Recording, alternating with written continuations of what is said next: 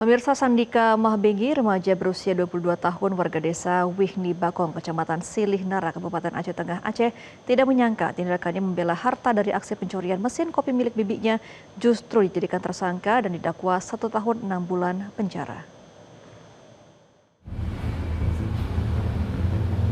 Sandika Mahbengi terpaksa harus berurusan dengan penegak hukum usai dirinya melakukan pemukulan terhadap pelaku pencuri mesin kopi milik bibinya.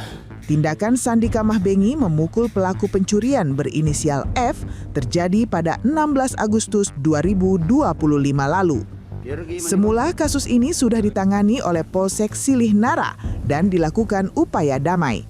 Namun karena tidak ada titik temu, prosesnya pun berlanjut pada penetapan Sandika sebagai tersangka pada Oktober 2025.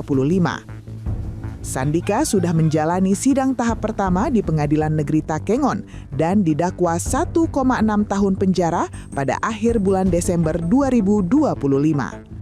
Jaksa penuntut umum menyatakan Sandika bersama 3 rekannya terbukti secara sah dan meyakinkan bersalah melakukan tindak pidana menempatkan, membiarkan, melakukan, menyuruh melakukan, atau turut serta melakukan kekerasan terhadap anak. Saya pertama kaget, Bang, ketika saya didakwa sebagai tersangka, Bang. Tersangka di muka ini, sedangkan saya di sini sebagai korban. Ya. Karena mesin bibi saya yang hilang, Bang. Masa bisa pencuri bisa melaporkan korban? Kan itu yang saya kagetkan, Bang. Kami memukul pencuri itu karena memang pelajaran, Bang. Satu lagi memang memberontak mereka bertiga, Bang. Tidak mau kooperatif dibawa ke desa, Bang. Awalnya saya berpikiran bukan ke Polsek, malahan ke desa dulu. Anggota DPD RI asal Aceh, Sudirman, minta hakim lebih objektif dalam memutuskan perkara ini usai diberlakukan KUHP baru. Berharap kepada hakim untuk lebih objektif dalam memberikan keputusan. Walau kasus ini mulai berproses pada Agustus tahun 2025. Namun pada tingkat keputusan itu sejatinya berlaku Undang-Undang KUHP yang baru yang mulai efektif 2 Januari tahun 2026. Di samping itu juga saya sudah berkoordinasi dengan Jaksa Agung untuk memberikan atensi dalam kasus ini. Dan segera kami akan kirimkan surat secara resmi nantinya.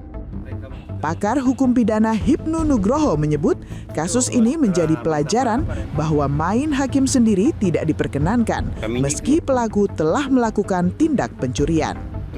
Dalam ilmu hukum kita harus hati-hati, jangan sampai istilahnya main hakim sendiri. Main hakim sendiri. Kan ini kan kalau kita lihat dalam suatu media bahwa itu ada suatu pencurian.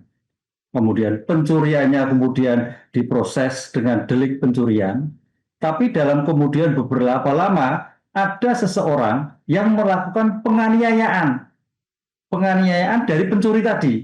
Nah, disitulah kita sebagai warga betul melakukan suatu mungkin pembelajaran ya, tapi harus dalam batas-batas yang waktu, batas-batas yang wajar, yang kemudian kalau toh sudah dianiaya segera diserahkan kepada pihak yang berwajib.